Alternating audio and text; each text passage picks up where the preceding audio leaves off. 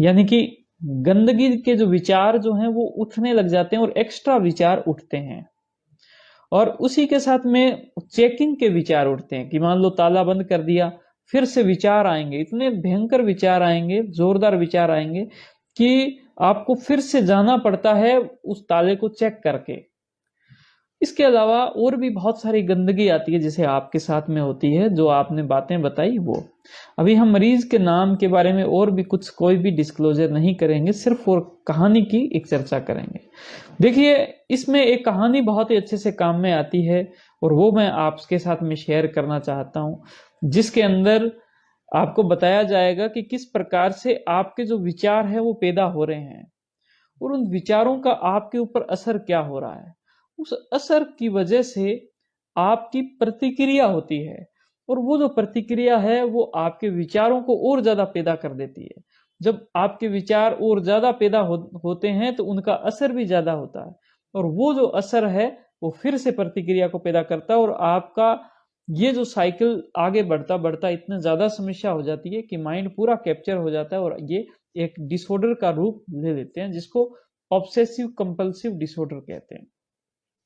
दोस्तों, बात कुछ ये थी कि ये गांव था और उस गांव के अंदर बहुत सारे लोग जो हैं वो बहुत ही खुशहाली के साथ में जीवन यापन कर रहे थे।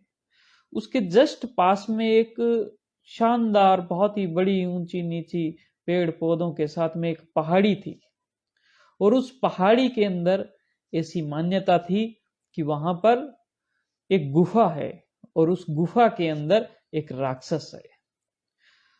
हुआ ये कि गांव वालों को एक बार उस राक्षस की जो आवाजें हैं वो बहुत तेज तेज आने लगी। किसी ने कहा भाई ये राक्षस है, इसकी आवाजें हैं।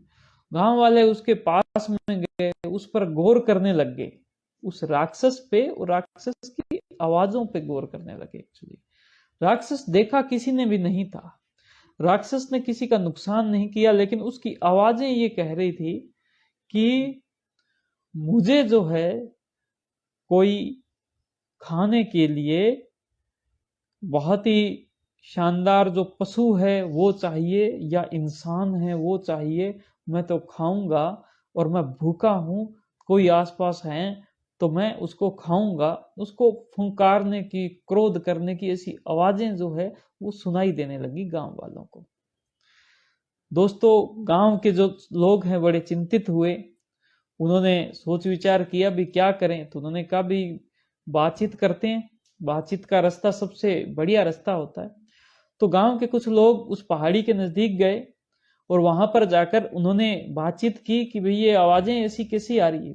राक्षस को देखा किसी ने नहीं था, लेकिन उस आवाजों से गांव के लोगों ने ये महसूस किया कि यहाँ पर पहाड़ी है, जिसका एक गेट भी उनको दिखाई दिया और वहां पर जो है वो आवाजें उसी गेट से निकल रही थी। उन्होंने सोचा कि इसके अंदर राक्षस है। तो वहां से आवाजें आई कि भाई मैं तो जो हूँ वो राक्षस हूँ और मैं आपके पूरे गांव को खाऊंगा। अभी मैं बहुत गुस्से में हूँ, तो इस वजह से आप जो है वो तैयार हो जाओ, मैं आ रहा हूँ। गांव के लोगों ने मिन्नत की कि भाई ऐसा मत करो, और पूरा गांव है हमारा, इतना खुशहाल गांव है, कोई तो समाधान होगा, क्या करें आपके लिए, हम आपकी कुछ सेवा कर सकते हैं। तो उन्होंने बोला कि चलो आप मेरे लिए ये कीजिए कि आप सुबह के टाइम और शाम के टाइम मेरे लिए एक अच्छा खाना जो है वो उपलब्ध करवा दें। और खाना क्या रहेगा? खाना रहेगा एक पशु। एक जो पशु है वो सुबह मुझे उपलब्ध हो जाए और एक पशु जो है वो शाम को मुझे उपलब्ध हो जाए, और बढ़िया पशु होना चाहिए जो मुझे पसंद में आए। तो गांव ने कहा कि ये तो ठीक है, हम ड्यूटी लगा देंगे अलग अलग घरों में कि भाई एक पशु तैयार रखे और शाम को क्या है कि वहां पर गुफा के पास में छोड़कर आ जाए। दोस्तों, ये पशु का सिलसिला जारी हुआ, गांव के अंदर शांति आई, लेकिन धीरे धीरे 1-2 महीने 3 महीने के अंदर ही देखा कि फिर से आवाजें आने लगी। गांव के कुछ लोग हथियार लेकर पास में गए कि जी अब क्या हुआ राक्षस जी। तो राक्षस ने बोला कि भाई ये जो पशु आ रहा है ये इससे मेरा पेट नहीं भरता, मैं बहुत बड़ा हो गया हूं, तो आप कम से कम मुझे 1.5 क्विंटल का पशु दीजिए। अगर छोटा पशु हो तो उसका वजन करवाएं, 2 पशु सुबह सप्लाई करें, 2 शाम को करें, लेकिन 1.5 क्विंटल से कम का कोई पशु ना हो। तो आप जो है इस प्रकार से करें। तो उन्होंने कहा चलो ठीक है जी, उन्होंने डिमांड मानी। कुछ ही टाइम के बाद में वो 1.5 क्विंटल का जो पशु है वो 2.5 क्विंटल तक पहुंच गया, 3 क्विंटल तक पहुंच गया। लेकिन एक बार बहुत ही मुश्किल परिस्थिति गांव के सामने आई कि राक्षस की अंदर से आवाजें इस प्रकार से आई कि भैया पशु से काम नहीं चलता, मुझे तो सॉफ्ट मांस चाहिए, और गांव का एक बच्चा जो 10 साल की उम्र से कम का हो वो सुबह और शाम को मेरी गुफा के पास में वहां पर आप छोड़ें तो मैं आपको बख्शूंगा, नहीं तो मैं तो आपके पूरे गांव को खा जाऊंगा।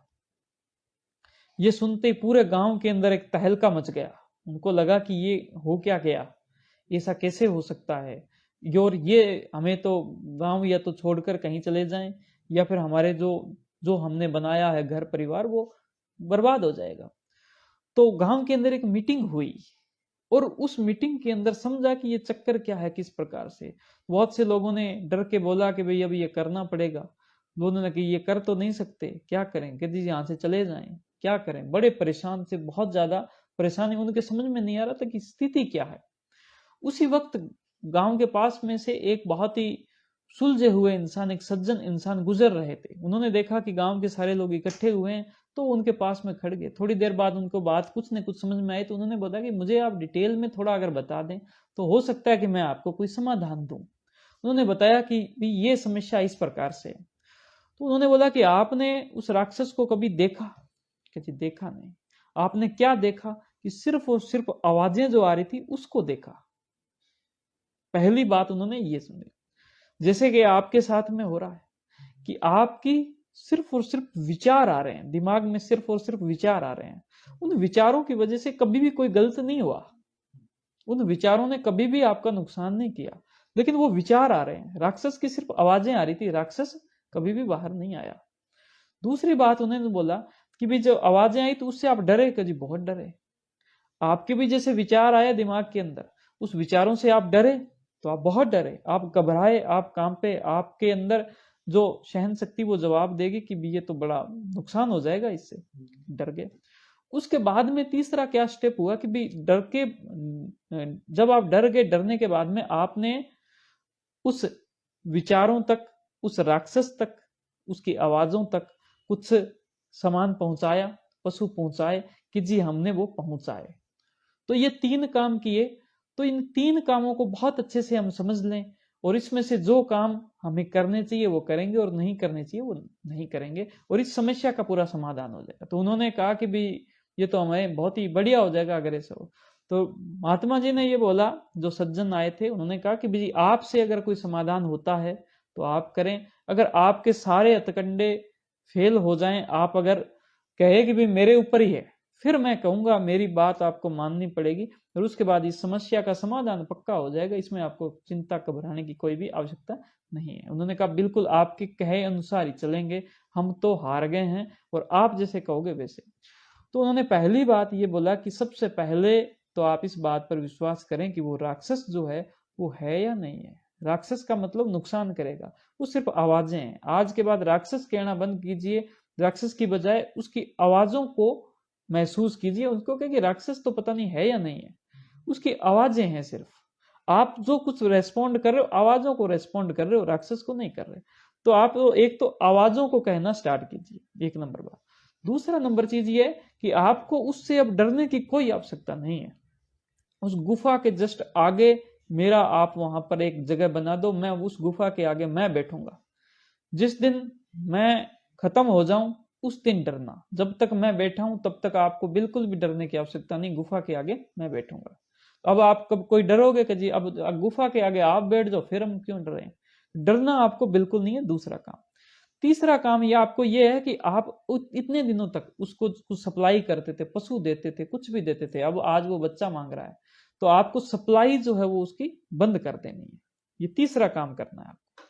तो उन्होंने कहा जी तीनों काम हम करेंगे, आइए शुरू करते हैं। तो इसी के साथ में महात्मा जी को पूरा गांव उस गुफा के पास में गया जहां से जोर जोर से आवाजें आ रही थी। और फिर क्या है कि उसके गुफा के सामने महात्मा जी को छोड़ दिया। वहां पर वो बढ़िया अपना सिस्टम लगाकर बैठ गए। गांव के पूरे लोग जो है वो वापस आ गए।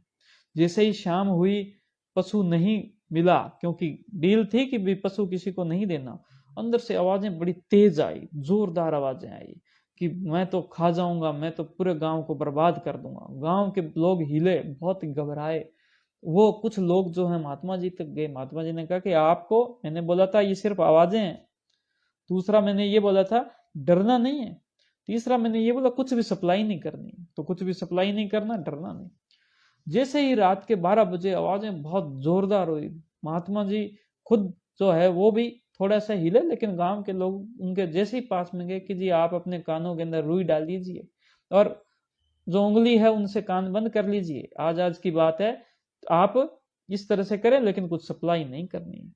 जैसे ही अगला दिन हुआ, उसी के साथ में अंदर से आवाजें थोड़ी सी बदलाव के अंदर आई, और वो आवाजें ने ये बोला कि जी अब आप चलो बच्चा तो रहने दीजिए, लेकिन पशु वाली जो डील थी वो आप कर लीजिए। ये जैसे ही हुआ, गांव के अंदर एक खुशी की लहर दौड़ी कि जी डील तो ठीक हो गई है, अब हम तो पशु दे देंगे, उसमें हमें कोई दिक्कत नहीं। वो जैसे ही उनके पास में गए तो महात्मा जी आगे बैठे, उन्होंने बोला जी मैंने आपको बोला था कुछ भी देना नहीं है, डरना नहीं है, और आवाजें हैं सिर्फ 3 बातें मैंने बोली, उसका आपको ध्यान रखना। उसके तुरंत बाद में क्या हुआ, जैसे ही शाम हुई, आवाजें थोड़ी हुई, उन्होंने कहा जी एक छोटा मोटा ही दे दो मुझे पशु। तो गांव के लोग भी अब उसके बाद में समझने लगे कि देखो किस प्रकार से चीजें, गांव के लोगों ने भी पूरा साथ दिया, और धीरे धीरे आवाजें कम होती हुई, 3 दिन 5 दिन, 1 हफ्ता, 2 हफ्ता, 3 हफ्ते, ऐसे होते होते महीना बीत गया, और 2-3 महीने के बाद में वो आवाज बिल्कुल पूरी तरीके से बंद हो गई वहां पर आने। गांव के जो लोग थे उन्होंने बड़ी ही खुशियां मनाई, उन्होंने पूरे सारे गांव के जो लोग थे वो महात्मा जी के पास में गए, उनका बड़ा आदर किया, सम्मान किया। उसके बाद में महात्मा जी ने कहा कि जब इतने सारे लोग इकट्ठे हैं और सबके पास में हथियार हैं, सबके पास में पूरा प्रबंध है, तो आओ अपनी उस गुफा को खोल कर देखें तो सही कि यहाँ पर है क्या। इतने दिनों तक किसी ने राक्षस को नहीं देखा था, देखें तो सही।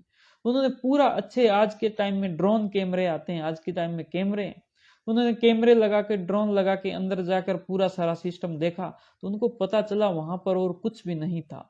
वहां पर सिर्फ और सिर्फ स्पीकर लगाए हुए थे जिनकी तारें थी, और वो पीछे के साइड में पूरी एक इंडस्ट्री थी जहां पर कि जो मीट का जो सप्लाई है वो होता था। उन्होंने एक सिस्टम बना लिया था कि इधर की साइड में ये पहाड़ियां हैं, उसके अंदर से उन्होंने सिस्टम बनाया, इधर की एक गेट बनाया गुफा का, और वहां पर स्पीकर लगा दिया, और स्पीकर से वो जोर जोर से आवाजें देते थे, और उस आवाजों की वजह से वो जो गांव के लोग थे उनको सप्लाई करते थे, और वो जो सप्लाई उनको वो करते थे, और उसके बाद में वो आगे चला जाता था। तो कुछ कुल मिला के ये बात है कि हमें इस प्रकार की जो चीजें हैं उसके चक्करों में नहीं पड़ना चाहिए। ये जो पूरी कहानी है ये आपके माइंड के साथ में बहुत अच्छे से बैठती है कि जब भी एक इंसान ओसीडी नाम की बीमारी से ग्रसित हो जाता है, जो कि नेचुरल काम है हमारे माइंड का कि सोचना, हमारा माइंड सोचता है, हमारा नाक क्या करता है, वो महसूस करता है आसपास में कोई गंदगी तो नहीं है। जैसे ही कोई गंदगी होती है तब वो छींके मारता है, वो वहां से जैसे कि जो यानी कि उसके नाक से पानी जैसा नीचे टपकने भी लग जाता है, वो छींके आती है। लेकिन अगर गंदगी नहीं हो, धूल मिट्टी नहीं हो, फिर भी छींके आए तो एक्स्ट्रा नहीं करने का। तो वही बात है कि एक्स्ट्रा दिमाग सोचता है, और इतना ज्यादा सोचता है, इतना ज्यादा विचार आते हैं कि हमें डर लगता है, डर की वजह से हमें वो चीज करनी पड़ती है। तो ये पूरा साइकिल है, 3 इसके हिस्से हैं, हमें तीनों को रोकना है। 1 नंबर ये माने कि ये सिर्फ और सिर्फ विचार हैं, हमारे माइंड में सिर्फ और सिर्फ विचार चल रहे हैं, विचारों के अलावा और कुछ नहीं। और विचार कभी भी नुकसान नहीं करते। नुकसान क्या करता है? नुकसान करता है एक्शन, काम नुकसान करता है। तो विचार है, विचार की वजह से घबराहट आई, बेचैनी आई, तो उस घबराहट की वजह से क्या हुआ, आपने जो एक्शन किया, आपने जो काम किया, जिस काम को एक ही बार करना चाहिए था, 1 मिनट में वो हो जाता, आपने उसको बार बार करने के चक्कर में 10 मिनट लगा दिया, आपकी एनर्जी लगा दी, पूरा ध्यान लगा दिया, उसकी वजह से पूरा जो सिस्टम है वो गड़बड़ा गया। बार बार करने की वजह से, जैसे ही उन्होंने बार बार पशु दिया तो वो आवाजें और ज्यादा आई, जैसे उन्होंने पशु दिया तो वो आवाजें और ज्यादा आई। इसी प्रकार से बार बार करने की वजह से ये जो समस्या है वो ज्यादा होगी। तो हमें करना क्या है, हमें इस बीमारी को अगर कंट्रोल करना है बहुत अच्छे से, तो 1 नंबर है कि वो सिर्फ और सिर्फ विचार है। विचार से ज्यादा कुछ, विचारों को आने दो और जाने दो, विचारों को आने दो और जाने दो। जैसे गवर्नमेंट रोड है, हमें उस पर ये कहेंगे कि ऐसी गाड़ियां आनी चाहिए, तो कितनी गाड़ियों को रोकेंगे हम, किस किस को रोकेंगे? गाड़ियों को आने दो और जाने दो। तो विचारों को आने दो, जाने दो, किसी भी विचारों से डरने की कोई भी आवश्यकता नहीं है। रिलैक्स रखो, बॉडी को रिलैक्स रखो, मस्त रखो, और उसके बाद में उसकी सप्लाई बंद कर दो। वो बार बार जब हम कुछ कंपल्सन करते हैं, जब हम कुछ एक्शन करते हैं, तो उसकी वजह से उसकी सप्लाई होती है। उसको जैसे ही बंद कर देते हैं, वैसे ही ये समस्या धीरे धीरे कम होने स्टार्ट हो जाएगी, बंद हो जाएगी। जब ये बहुत ज्यादा समस्या होती है, तो जैसे अभी हमने मेडिसिन के द्वारा इसको कंट्रोल किया, इसे मेडिसिन के द्वारा कंट्रोल करेंगे। जब ये हल्की समस्या हो जाएगी, फिर काउंसलिंग के माध्यम से, पूरे सिद्धांत के माध्यम से इसको पूरी तरीके से ठीक किया जा सकता है। तो आपको ये जो पूरी कहानी है वो कैसे लगी? बढ़िया लगी? समझ में आया कि कैसे, क्या बीमारी है, क्यों हो रही है, किस प्रकार से हो रहा है और कैसा इसका समाधान है? तो आपका बहुत बहुत धन्यवाद, और हमारे जो श्रोतागण सुन रहे हैं उनका भी बहुत बहुत धन्यवाद। आपने पूरी बातों को यहाँ तक सुना, बहुत बहुत धन्यवाद। इसको सभी के साथ में शेयर करो जिनको ये समस्या है। हमारे इस वीडियो को लाइक करें ज़्यादा से ज़्यादा, और सभी के साथ शेयर करें, चैनल को सब्सक्राइब करें और बेल आइकन दबाएं।